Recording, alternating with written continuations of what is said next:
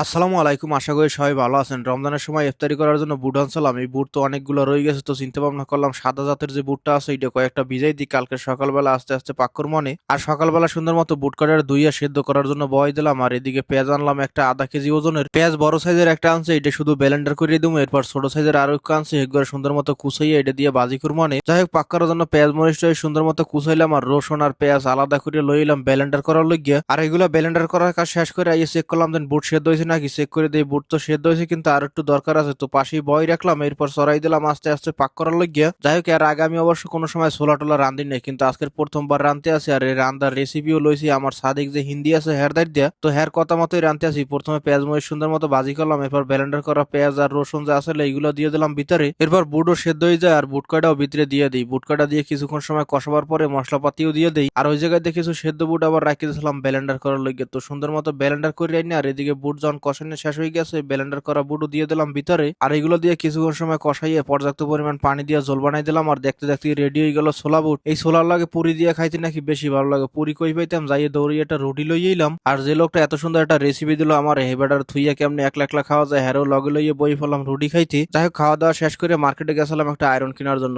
সাদা শার্ট যেগুলো আছে এগুলো আয়রন না করলে দেখতে খারাপ সিনাই। আয়রন তো একটা লয়েছি সস্তায়, কিন্তু আবার সময় দেয় চাউলের ভিতরেও ডিসকাউন্ট দিয়েছে। এদিকে চাউল দুই একদিনের ভিতরে শেষ হয়ে যাবে, তো এক বস্তা চাউলও লই এলাম লগে করিয়া। আর এই আয়রনের ভিতরে নাকি পানি দিয়ে লইতে হয়, তার জন্য বই পড়ে দেখতেছিলাম কিরম কি করা লাগে, কিন্তু বই পড়ে তো কোনো কিছুই বুঝতে আসলাম না। তো অমনি রাখিয়ে দিলাম, দুপুরে খাওয়ার জন্য ভাত রানতে হবে। তো চাউল পুরান বস্তায় যে কয়টা আসলে কাঁচাই কোসাই বয় দিলাম সুন্দর মতো ধুইয়া। এরপর চলে গেলাম সাদিকের দ্বারা জিগাবার লইগে জানি এটার ভিতরে পানি কিরম ডালা লাগে। আয়রনও লগে করে লই গেছিলাম, তো পানি টানি সবকিছু ভরে দিয়েছে। আমি এই শুরু করলাম আয়রন করার কাজ। আর জামা দড়ে সুন্দর মতো আয়রন করে রাখিয়ে গোসল টোসল দিয়ে আইয়ে বইয়ে পড়লাম খাওয়া দাওয়া করতে। আর ছোলা দিয়ে রুটি খাইছিলাম, যেই সাথে লাগছে ভাত খাইতে হের সাথে কোন হাতে কম লাগতেছিল না, ভালোই লাগতে আসলে। যাই হোক, খাওয়া দাওয়া শেষ করে 2টার দিকে আস্তে আস্তে রেডি হওয়া শুরু করলাম, ডিউটিতে যাইতে হইবে। আর প্যান্ট শার্ট পরে তেল পানি মাথায় দিয়ে সুন্দর মতো রেডি হয়ে বাইরিলাম। আর আয়রন করার পর শার্টটা যা লাগতেছিল না, সবাই দেখি খালি জিগাইতেছিল বিয়ে করার লগে রেডি হয়ে বাইরিলে নাকি। আমি কইলাম বিয়ে একদিন হইবে যদি ইনশাল্লাহ কপালে থাকে। যাই হোক, ডিউটিতে গিয়ে প্রথমে গাওয়ার জন্য পানি বয় দিলাম, এরপর চার পানি বয় দিয়ে চলে এলাম গাওয়ার ফ্লাক্স রেডি করতে। আর ফ্লাক্স রেডি করার পরে দিয়ে দেন গাওয়ার পানিতে ব্লক উঠে গেছে, গাওয়া ডালিয়ে দিলাম ভিতরে, তাকাই দিয়ে পাশে চার পানিতেও ব্লক উঠে গেছে। যাই হোক, এরপর চার ভিতরে লিপটন দিয়ে দিলাম আর চা রেডি করে সুন্দর মতো ফ্লাক্স ভরে দিয়ে এলাম অফিসে। চা গাওয়া সব কিছু রেডি করে দিয়ে